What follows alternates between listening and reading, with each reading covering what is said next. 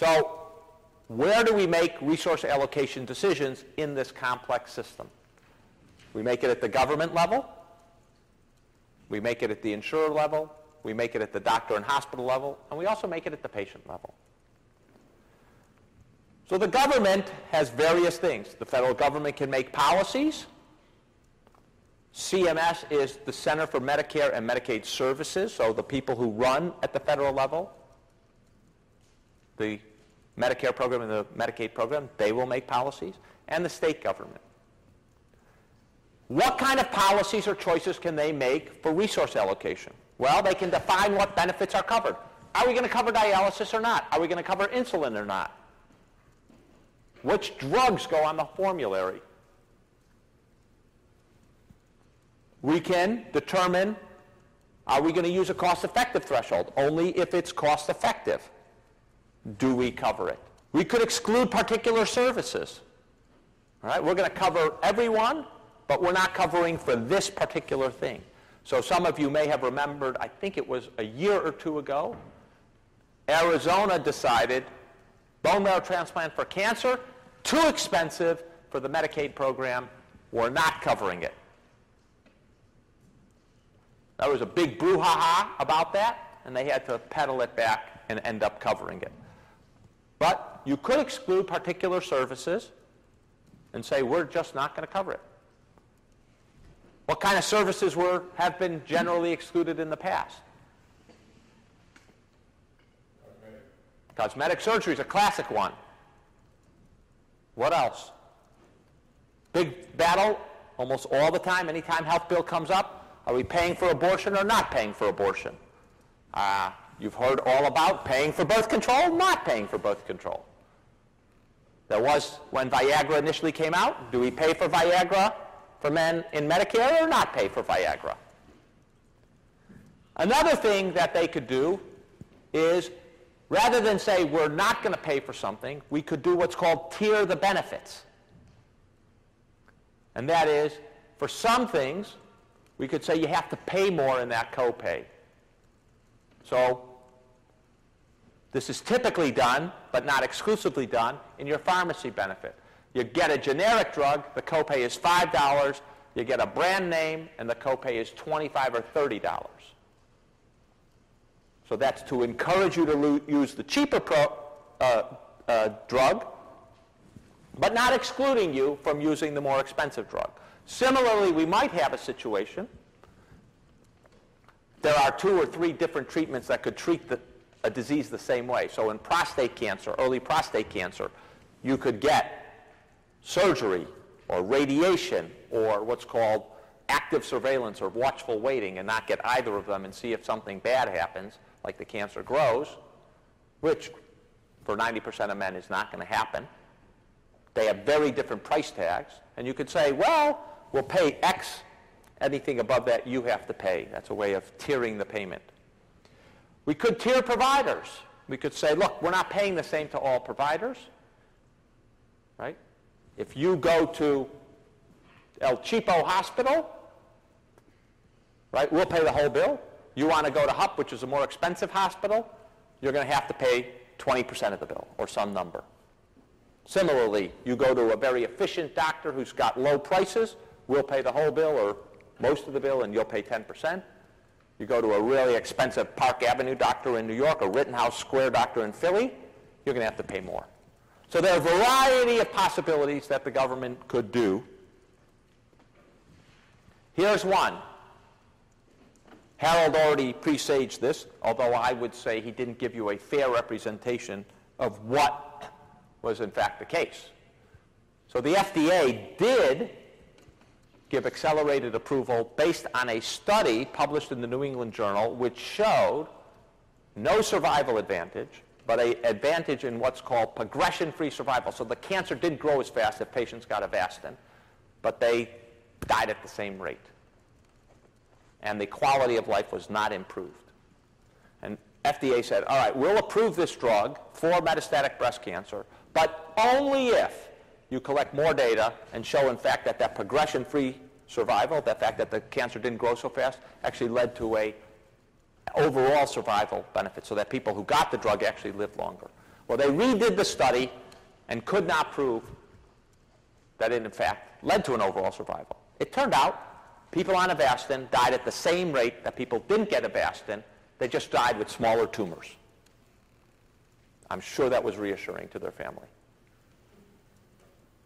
And by the way, there were quality of life problems. It's not a drug without side effects. As Harold mentioned, they withdrew approval for that drug. It is true, as someone mentioned, that some patients live a long time with Avastin. But interestingly, there is no way of identifying who they are, and they are a very small proportion. So there's no test that'll tell you this patient's going to respond and that isn't. And you might think the company didn't have a very good reason to find out that ID if it's a small number, right? If it's a small number and we only target it to 1 or 2% of women, not a big market. If we can get the approval and target the whole population, that's a big market. So the question is, should the government cover this or not? And what did the government decide to do? Even when FDA said not indicated, Medicare said we're still paying for it. So this is a case of where Medicare could decide, are we going to pay for Avastin or not pay for it? And they decided to pay for it. Government could make a lot of other choices. At least for patients on Medicare and Medicaid, they could decide we're going to change how much you pay for copays or deductibles. We could increase them, decrease them. They can actually adjust the premium. You've got these extra benefits on for drugs or for physician offices, we're going to charge you more. They actually can reduce the number covered. And states have done this regularly with their Medicaid program. So some states, like New Jersey, one of the ways they allocate their resources, they actually have a very generous package. They want lots of people to get on Medicaid. Other states, like Wyoming,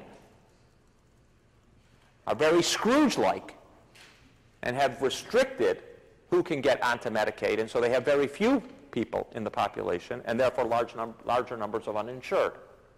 So this is another way that they can allocate their resources. Yet another way, AHRQ and PCORI are acronyms for different federal agencies, the Agency for Healthcare Research and Quality and the Patient-Centered Outcome Research Institute, that evaluate different kind of interventions to compare them as to which ones are more effective or equally effective. You may have also heard in the debates about that rationing board, that unelected board which is going to determine what people get. Well, that is this board called the Independent Payment Advisory Board, the IPAB, developed by my former boss, Peter Orszag.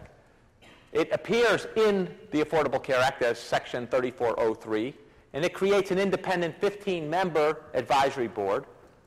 And the board is supposed to give Congress a list of changes to government programs to reduce the growth of Medicare. So Medicare, under this program, if it's growing faster than the expansion of the gross domestic product plus 1%, so it means Medicare will still be growing, then they can institute policies to bring that growth rate down.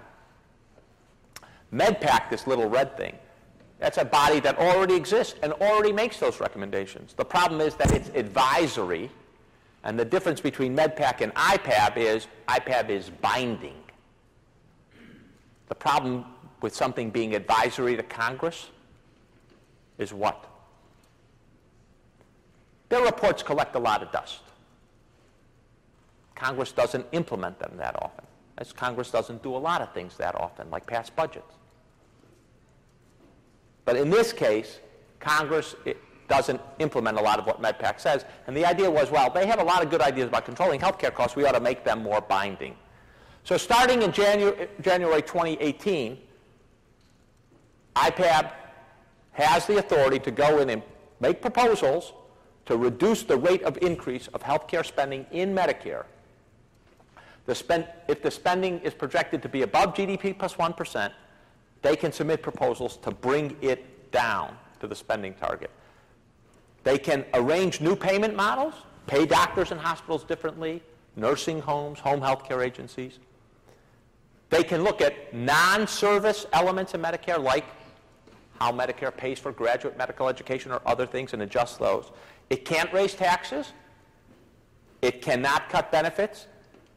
So it can't say, oh, Avastin, we're pulling that out. It can't adjust eligibility requirements.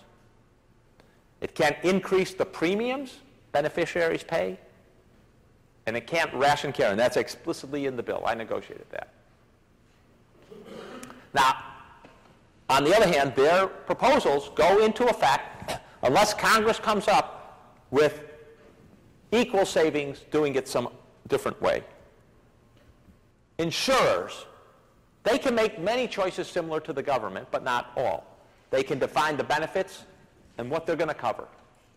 And on the Avastin case, interestingly, Kaiser and Blue Shield of California very publicly said, we're not covering Avastin for metastatic breast cancer. It's not effective. We're not paying for it. They can determine whether they're going to have a cost-effectiveness threshold. They can exclude particular services and treatments and interventions. They also can tier benefits, and they can tier providers. They can adjust out-of-pocket payments, alter premiums, reduce the number of people covered through things like pre-existing conditions. Let me give you one example of how it's done. Blue Cross and Blue Shield has what's called the TEC, the Technology Evaluation Center. It's assembled a bunch of independent experts, national experts, who are skilled in evaluating medical technologies. They evaluate comparisons of various medical technologies. Like, is this technology, for example, a new way to look at pap smears with a machine instead of a manual person under looking at the cell scrapings? They looked at it and said, you know, that machine, much more expensive, no more accurate than a manual person. We're not covering. We recommend against covering it. They do about 25 assessments of various medical technologies a year. And a lot of that feeds right into what Blue Cross and Blue Shield is going to cover. They have these criteria. The technology must have final approval from like the FDA or whoever has to do it. The scientific evidence must permit conclusions concerning the effect of the technology on health outcomes. The technology must improve the net health outcome, increase survival, increase quality of life, decrease side effects. It must be beneficial, or more beneficial, or equally beneficial to other alternatives you have. And it must be attainable outside of the research setting. Why is it hard for insurers to control costs? Well, they need to attract customers, so they offer wide networks. You know, there are 17,000 employees at Penn, all using lots of different doctors, different hospitals. The university is giving this benefit, doesn't want to make its employees mad, so they tend to be kind of loosey-goosey about which doctors they're going to cover. They don't want to look like they're being too restrictive because people get mad. So, and then sometimes they sue if they don't have something covered. So they tend to be not too restrictive. And the consequence is, this is some data. This is about PET-CT. PET is a very expensive scan to see if cancer has spread. This is for women who are very, very early stage breast cancer, very healthy. And these are a bunch of clinics in Washington State around Seattle. And this is the rate at which they do this test in women. The appropriate rate for this test, according to the Oncologist Society, 0. None of these women should get this test. You can see no practice was in the 0 category, and there may be some women who don't fit the criteria that we can't tell. But you can see the variation in practices going down from pretty close to the right one to almost one test per woman seen. Insurers have a hard time getting these practices to behave. Allocation decisions can be made at the physician or hospital level. Recently, the American College of Physicians, located here in Pennsylvania, in Philadelphia, said physicians have a responsibility to practice effective and efficient health care and to use health care resources responsibly. Parsimonious care that utilizes the most efficient means to effectively diagnose a condition and treat a patient respects the need to use resources wisely. So here is a group of physicians saying we need to be careful and parsimonious about what we're doing. That organization, or another organization based here in Philly, they issued what's called Choosing Wisely, which was an attempt to remove healthcare, or say doctors should not prescribe healthcare services that are not proven to help or proven to harm. And they went through various different specialties like oncology and said, here are 5 things that don't make people live longer, improve their quality of life, or decrease their side effects. We should not be doing them again. Why is it hard for doctors and hospitals to be efficient? Well, they get paid for doing more. We have 80% of payments in the United States are fee for service. So if you're a surgeon, you only make money by surgerizing, right? If you're a cardiac surgeon, you don't get paid for saying to patients, well, you know, you really don't need that. You only get a paycheck if you say, I'll operate. That has a predictable effect, right? You operate. You do services. So it's an incentive to do more volume, especially at marginal cases and even in cases where it's inappropriate. Second, doctors are uncomfortable about making decisions relative to cost. We're uncomfortable about talking about costs with patients. We're uncomfortable about making decisions based upon how much it costs. One of the reasons that Memorial Sloan Kettering case was so remarkable, first, they put the op-ed in the New York Times, but the second is they actually said, we're going to make a choice. Last, doctors often say, well, I've got demanding patients. They come in asking for high-tech, expensive medicines. Second, doctors themselves like high-tech stuff, right? We like the latest and greatest. We think we're at the cutting edge. We're innovative. We like to sell them to get more patients who will pay for some of this high-tech medicine. And that's often when there's very little evidence or no evidence that it works. This is my favorite. Right here, somewhere over there, there's a proton beam machine, $100 million to build, used for some kids who have brain cancers where it's proven to be effective, but more people get it for prostate cancer where it's not proven to be any more effective, and it's at least twice the cost of the alternatives. Patients. We also have an input into use of healthcare resources. We could forego tests and treatments as patients. We could stop asking for prescriptions or other things. We could shop around for cheaper insurance, shop around for cheaper doctors. The price variation inside a city like Philadelphia for one MRI versus a CAT scan could be 3-4-fold price difference. Just huge. And then we could also take better care of ourselves. 40 to 50% of illnesses directly related to just 3 things: eating better, exercising, and not smoking. 50% of cancer.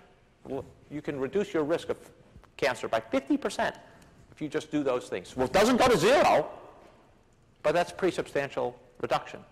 If I had a test for you where you could reduce your cancer risk 50%, most of us would jump at that test.